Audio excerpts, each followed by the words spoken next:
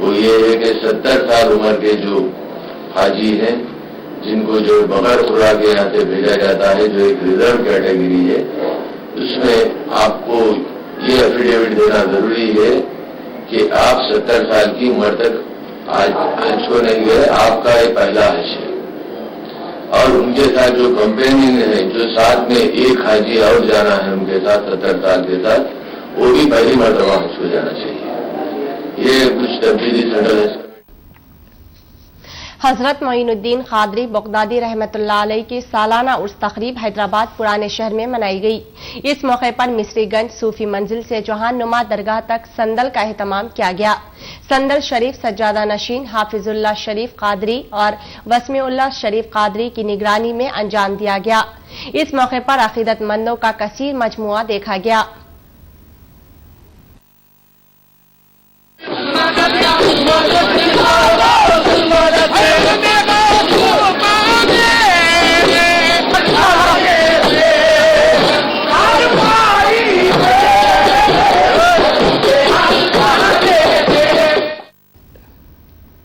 حیدرآباد کے علاقے فلک نما میں طیبہ رہبر چیریٹیبل کی جانب سے 9 غریب و یتیم لڑکیوں کی شادی انجام دی گئی۔ اس موقع پر حلقے بہادر پورہ کے رکن اسمبلی معظم خان اور مکہ مسجد کے خطیب مولانا عبداللہ قریشی الازہری نے بحیثیت مہمان خصوصی شرکت کی۔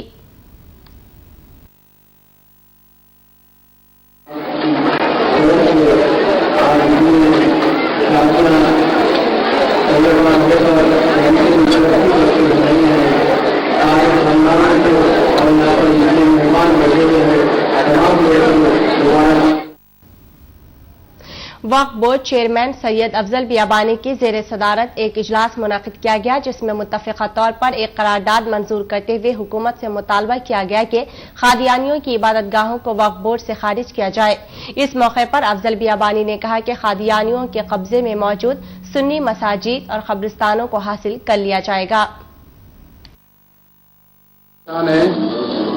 بورڈ سے یہ کام لیا، آج بورڈ کے تمام ارکان متفقہ طور پر یعنی آج کے دن یہ فیصلہ لینے میں مسرت اور خوشی محسوس کر رہے تھے کہ یہ قادیانوں کا جو مسئلہ تھا، ان کے جتنے مساجد بورڈ کے زیر انتظام تھی، وہ تمام مساجدوں کو گورنمنٹ سے رجوع کر دیا گیا ہے تاکہ ان مساجد کو انڈومنٹ کے ذریعے اس کے کام ہو، اور جو انڈومنٹ کو بھیج دیا گیا ہے حکومت سے رجوع کیا ہے کہ تاکہ یہ مساجد کی دیکھ بھال انڈومنٹ کرے، اور ساتھ ہی ساتھ وہ مساجد جو سنی یا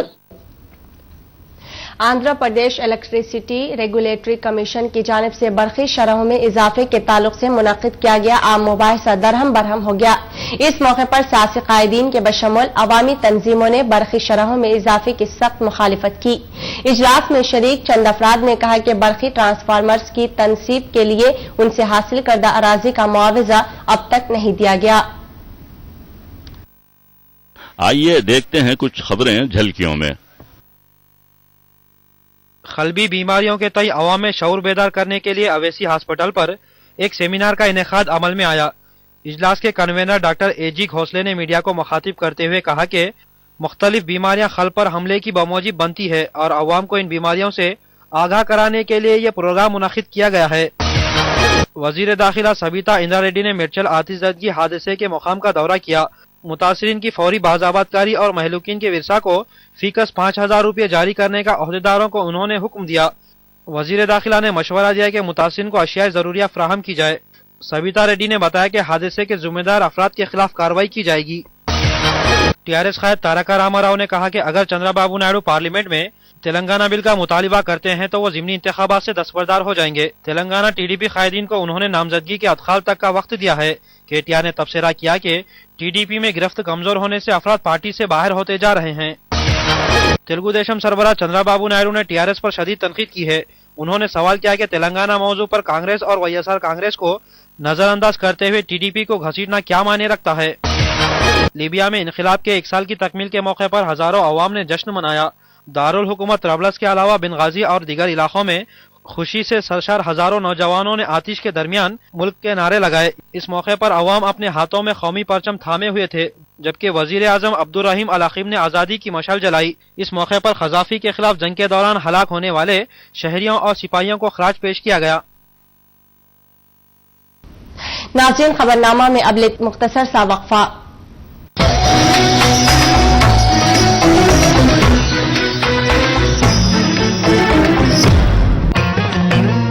చితైకాగ్ర్యం అవధానం అన్నారు.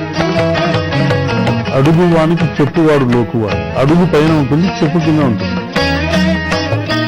ప్రపంచ భాషల్లో ఒక తెలుగులో మాత్రమే ఈ అవధాన ప్రక్రియ ఉంది. ఉబ్బసము, మసూచి, క్షయ, కలవ. అందమైన ఆరోగ్యవతి అయిన అమ్మాయిని వద్దు. తండ్రికి లేని మీసములు తల్లికి వచ్చెను కూతురేడ్చెరా.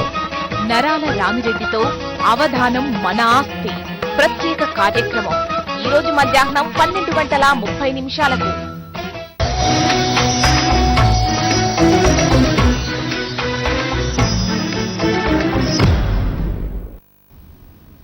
وقفے کے بعد آپ کا استقبال ہے۔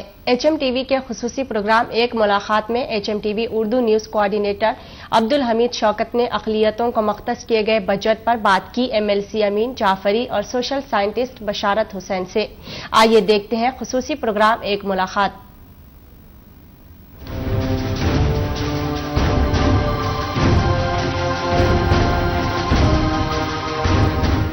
ناظرین، ایچ ایم ٹی وی کے خصوصی پروگرام ایک ملاقات میں آپ کا خیر مقدم ہے۔ ایک ملاقات پروگرام میں آج کا موضوع ہے ریاستی بجٹ، اور اس موضوع پہ گفتگو کرنے کے لیے ہمارے اسٹوڈیو میں موجود ہے سینئر صحافی امین جعفری صاحب، M L C M I M, اور دوسرے ساتھی ہیں سوشل سائنٹسٹ بشارت صاحب۔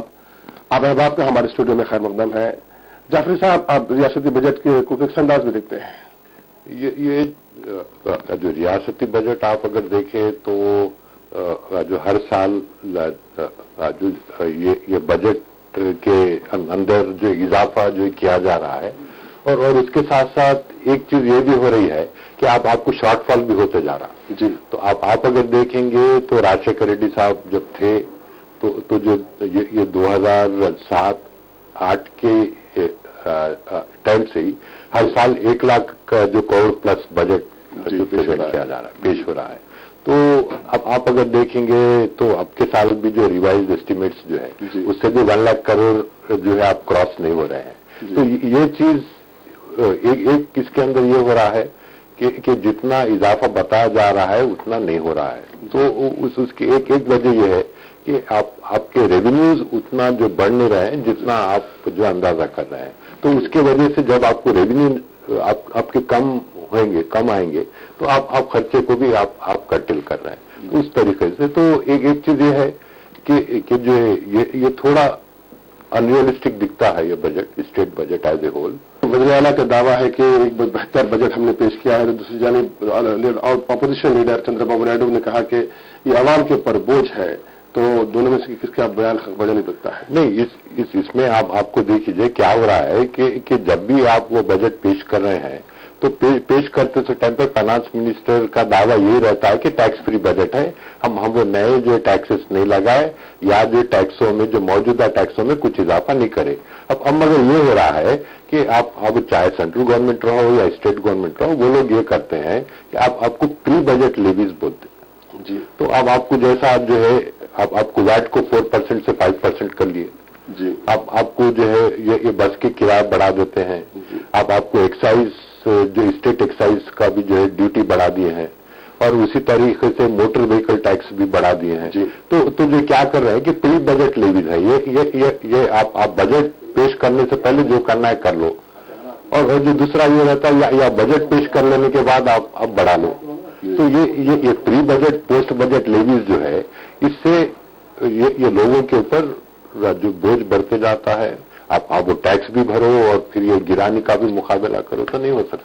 بشارت صاحب، موجودہ بجٹ میں اقلیتوں کے لیے 489 کروڑ مختص کیے گئے ہیں، اس بارے میں آپ کیا کہیں گے؟ کیا یہ اطمینان بخش اقدام ہے حکومت کا؟ یہ فگر تو بڑھایا ضرور گیا ہے، جیسا 62% کی وہ بات کر رہے ہیں پرانے کچھ سال کے مقابلے میں، لیکن یقیناً یہ بس نہیں ہوگا۔ دیکھیے مسلمانوں کی آبادی تقریباً ایبسلوٹ نمبرز میں اگر دیکھیں تو 75-80 لاکھ ہوگی آندھرا پردیش میں جی اور ان کے لیے اور تقریباً 90-95% مسلمان جو ہے اتنے ویل ٹو ڈو نہیں ہیں، اتنے اچھے نہیں، تو یہ نمبر بڑا لارج ہے کمیونٹی میں جی جن کو کہ مدد پہنچنی چاہیے، جن کا ویلفیئر ہونا چاہیے، تو ان کے لیے یہ فگر کچھ اتنا زیادہ نہیں لگتا. اور جیسا کہ مطالبہ کیا گیا تھا کہ کم سے کم اس کو 600 کروڑ کیا جانا چاہیے، جی تو وہ شاید زیادہ مناسب ہوتا. گورنمنٹ کے پاس جب 1,40,000 کا ٹوٹل بجٹ ہے، کروڑ کا بجٹ تھا ٹوٹل، جی تو 100-200 کروڑ روپے کو زیادہ معنی نہیں رکھتا تھا ان کے لیے. جی مگر یہ جو کمیونٹی بری طرح سے اس وقت بدحالی کا شکار ہے اور جس کے ویلفیئر کی سخت ضرورت ہے، ان کے ساتھ حکومت کو فراغ دلانا چاہیے. جی تو یہ یقیناً یہ بجٹ، یہ فگر جو ہے کم نظر آتا ہے. امین جعفری صاحب، مائنورٹی ویلفیئر کی جانب سے 535 کروڑ کا مطالبہ کیا گیا اور اقلیتی بہبود کے وزیر جو ہے 730 کروڑ روپے کا مطالبہ کر رہے تھے. ان میں تضاد کیوں ہے؟ انہوں ہیڈ آف دی ڈپارٹمنٹ ہے، منسٹر ہے، تو ہونا تو یہ چاہیے تھا انہوں اپنے محکمے سے جو ہے ربط میں رہ کر اور مطالبہ اس قسم کو جانا چاہیے تھا. یہ تضاد کیوں آئے؟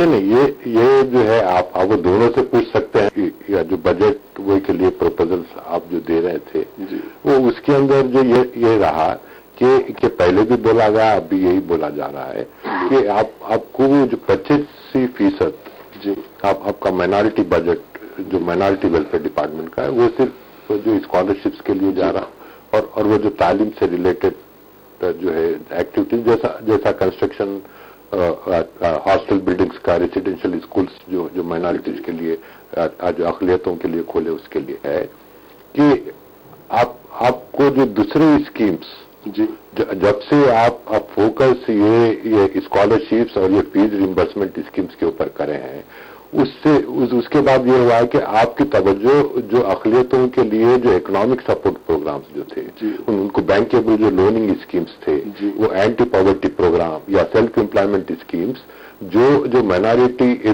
پی اسٹیٹ مائنارٹیز فائنانس کارپوریشن کے ذریعے سے جو امپلیمنٹ ہو رہے تھے اس کو ٹھپ کر دیا گیا.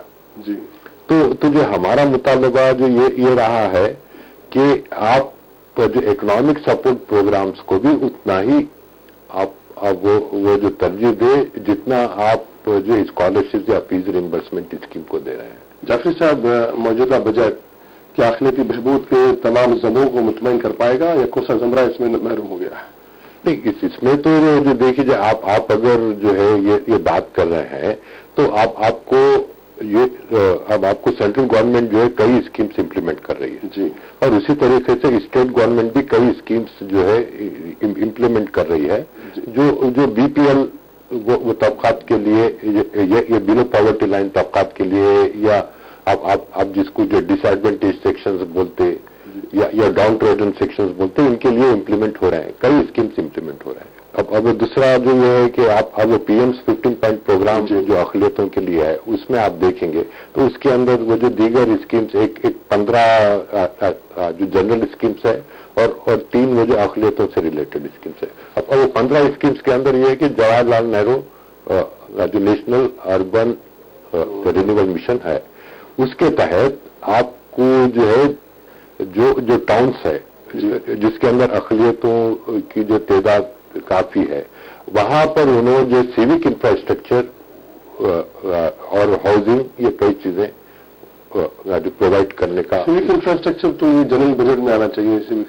نہیں، وہ اسکیمس ہے، سینٹرل اسکیمس کے اندر آ رہا ہے. تو اس سے جو یہ ہے کہ آپ کو اس کے ذمہ دار جو ڈپارٹمنٹس ہے اور آپ کو جو لوکل باڈیز جو ذمہ دار ہیں انہوں وہ امپلیمنٹ کریں گے. تو اس کو مائنارٹی ویلفیئر ڈپارٹمنٹ یا B C welfare department implement کرنے کا نہیں ہے. تو آپ یہ سوچنا چاہیے کہ کل بجٹ کے اندر جو جیسا یہ آپ 489 کروڑ بول رہے ہیں یہ 489 کروڑ یہ 489 کروڑ کی بات نہیں ہے. اس سے آپ اگر جو سینٹرل گورنمنٹ اسکیمز اور اسٹیٹ گورنمنٹ اسکیمز کے اندر جو اقلیتوں کو اپنا شیئر جو ملنا چاہیے، اپنا حصہ ان کو جو آنا چاہیے وہ آپ اگر دیکھیں تو موجودہ سال میں جو 2300 کروڑ جی تو اب آنے والے سال میں جو 3000 سے زیادہ کہ ہاؤسنگ اسکیم، پینشن، سب کے لیے جو پروویژنس جو بڑھائے گئے ہیں اس بجٹ میں.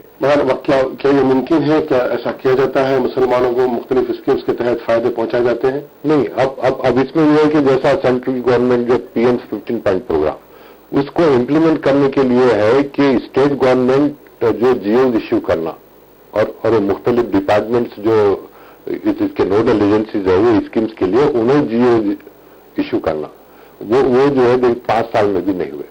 اس کے بارے میں جو نمائندگی ہم کئی مرتبہ کر چکے ہیں اور ایوان میں، اسمبلی میں کئی مرتبہ یہ چیز کو اٹھائے ہیں.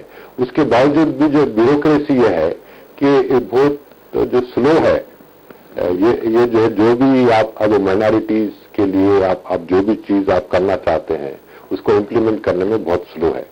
بشارت صاحب، تقریباً 10,000 کروڑ ریفر بجٹ جاری کیا گیا ہے، جس میں سے 489 کروڑ جو ہے اقلیتوں کے لیے جاری کیا گیا ہے. آپ کیا سمجھتے ہیں کہ 489 کروڑ اقلیتوں کی فلاح و بہبود کے لیے کافی ہوں گے؟ یقیناً بس نہیں ہوگا. جو کمیونٹی کی اس وقت جو حالت ہے اس کو دیکھتے ہوئے، جیسا بھی جعفر صاحب فرما رہے تھے، دوسرے ذرائع سے جو ویلفیئر اسکیمز آتی ہیں ان کا مؤثر امپلیمنٹیشن بہت ضروری ہے. ٹھیک سے مانیٹرنگ ہونا چاہیے، اور اب جو کمشنریٹ قائم کرنے کی بات ہو رہی ہے تو امید کی جاتی ہے کہ مانیٹرنگ برابر ہوگی. دوسرے، ایک سسٹم جو نہ صرف بنایا جانا چاہیے بلکہ امپلیمنٹ کرنا چاہیے کہ سارے کے سارے ان اسکیمز میں 15% جو مسلمانوں کو ملنا چاہیے تھا وہ ملا، مائنارٹیز کو ملنا چاہیے تھا وہ ملا کہ نہیں ملا. اگر وہ اور یہ دونوں کا مؤثر امپلیمنٹیشن ہوتا ہے تو یقیناً کافی فائدہ ہو سکتا ہے. دوسری بات، میں سمجھتا ہوں کہ اس وقت کمیونٹی کو بھی ایک بات سوچنا چاہیے کہ بجٹ آئندہ سال آنے سے 2-3 مہینے پہلے کہ ایک گروپس بننے چاہیے جو آپس میں ڈسکس کریں، اپنے پولیٹیشینز سے ملیں، پولیٹیشینز کو بھی سمجھائیں کہ کیا کمیونٹی کے نیڈس ہے، اس میں کیا انکلوڈ ہونا چاہیے، کیا انکلوڈ نہیں ہونا چاہیے. یہ کرنے سے یقیناً ایک اویئرنیس پیدا ہوگی، پولیٹیشینز کے بھی ہاتھ مضبوط ہوں گے، وہ جا کر جو ہے کہ آپ کی بات رکھیں گے. آج سچویشن ہے کسی کو معلوم ہی نہیں ہے کہ آپ کو کیا چاہیے، جی، اور خود آپ کو بھی نہیں معلوم کیا چاہیے. جعفر صاحب، کیا جو ہے پاپولیشن کی بنیاد پر پروپورشنیٹ بجٹ ڈیمانڈ کرنے کا کانسٹیٹیوشنل رائٹ ہے اویلیبل؟ نہیں، کانسٹیٹیوشنل جو رائٹ تو ویسا نہیں ہے. اب مگر جو PM 15 پوائنٹ پروگرام میں جو آپ کو ایک ایگزیکٹو آرڈر کے ذریعے آپ کو بولا گیا ہے کہ آپ اب 15% وہ جو فزیکل جو ٹارگیٹس ہے یا جو بینیفیشیریز کا جو ٹارگیٹ ہے اس کو آپ 15% اور 15% آپ کا جو فائنانشیل الوکیشن ہے اس کا 15% آپ جو اقلیتوں کے اوپر جو خرچ کرنا چاہیے. ایک آخری سوال جعفر صاحب سے کرنا چاہوں گا. جعفر صاحب، 489 کروڑ تو اپروپریٹ کیے ہیں، ایڈیشنل بجٹ بھی آتا ہے، کیا امکان ہے مستقبل میں ایڈیشنل بجٹ جاری ہو؟ جی، تو ہم